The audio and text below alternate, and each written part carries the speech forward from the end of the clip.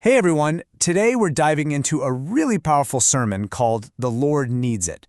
This is a review of the message delivered on September 7th, 2025 by Reverend Jason Joe at Montgomery Korean Presbyterian Church.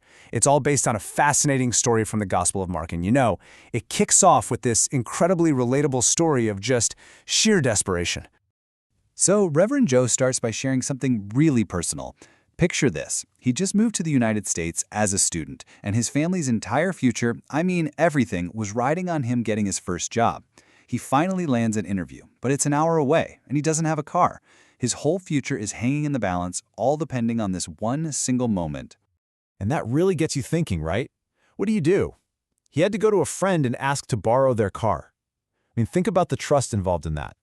His entire life was about to change, and it all depended on someone else being willing to hand over something really valuable, based on nothing more than his word. That feeling, that vulnerability, well, that sets the stage perfectly for the Bible story we're about to get into.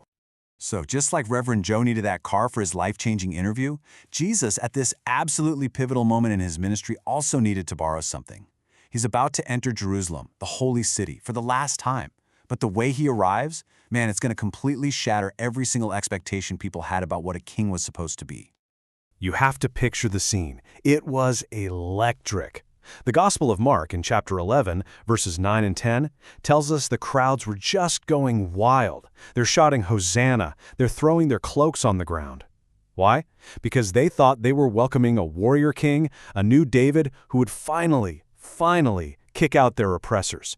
They were expecting a revolution. And this is where you see this huge stark contrast. Any other king, any worldly king, would roll in on a massive war horse, right? A symbol of power, of conquest. But Jesus, he chooses a donkey colt, a humble, gentle animal of peace. This choice was a massive statement. He was basically saying, I am not the king you're expecting. I'm the king of a totally different kind of kingdom. And get this. This wasn't some random spur-of-the-moment decision. No way. As you can see from this verse in the book of Zechariah, chapter 9, verse 9, Jesus was deliberately fulfilling a specific prophecy that had been written hundreds of years earlier. So his riding in on a donkey was his huge clue to anyone who really knew the scriptures.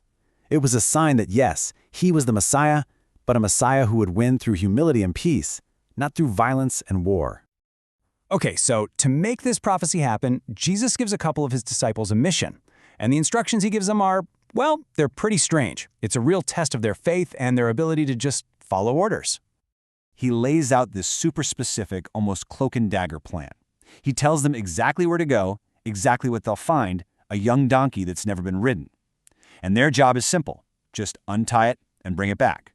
But then he gives them the most interesting part. A kind of secret password to use if anybody tries to stop them. And this, right here, is the absolute heart of the story. This is the master key. This one simple phrase is what makes the entire mission possible. That's it. That's all they were supposed to say. No long-winded explanation, no trying to bargain, no showing ID, just a simple, powerful, and authoritative statement. The Lord needs it. It was a declaration of divine purpose, plain and simple. And we have to understand what a huge ask this was. An unwritten colt wasn't just some animal. It was a pure, valuable asset. As Reverend Joel put it, it was basically the equivalent of a brand new car today.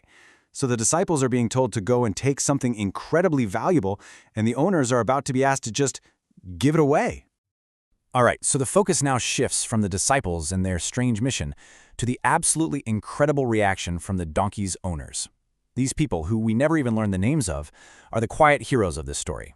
Their response is really the core lesson of the whole sermon. And it all plays out exactly, and I mean exactly, as Jesus said it would. The disciples find the colt. The owners, or maybe some bystanders, see them, and of course, they ask, hey, what are you doing?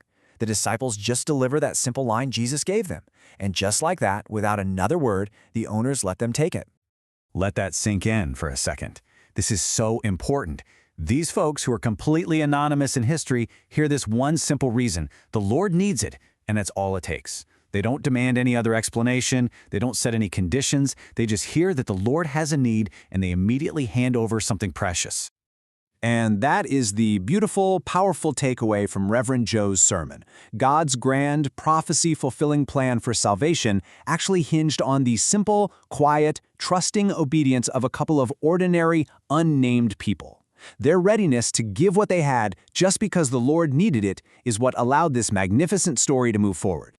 So this all brings us to the final challenging question that the sermon leaves us with. It forces us to look at our own lives, our time, our skills, our money, our possessions, and ask ourselves, what is the Lord asking me to offer? What's the donkey colt in my life that I'm holding on to that God could use for His amazing purposes if only I'd be willing to let it go when I hear that simple call? The Lord needs it.